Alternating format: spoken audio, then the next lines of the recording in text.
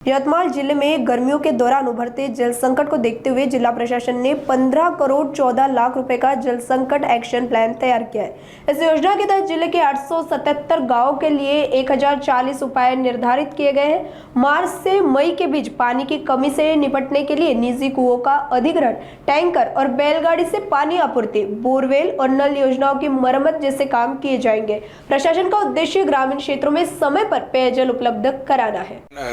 तालुकास्तरीय जी कमिटी आहे त्यांची शिफारशीचा समावेश करून आपला जिल्हास्तरीय पाणी टंचाई आराखडा बनवलेला आहे। त्यामध्ये टंचाईसाठी जे जे काम अफेक्टेड होणार आहे त्या गावांमध्ये आपण उपाययोजना प्रस्तावित केलेली आहे। ते शासन मान्यतेसाठी आपण फॉरवर्ड केलेली आहे।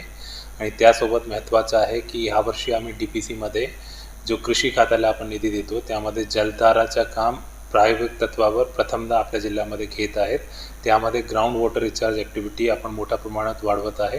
त्यासोबत आपले मनरेगा आणि जी रामजी कार्यक्रम अंतर्गत आपण जलधारा आणि जो ग्राउंड वॉटर रिचार्जचं काम आहे ते मोठ्या स्तरावर मोठ्या पातळीवर आपण घेत आहेत।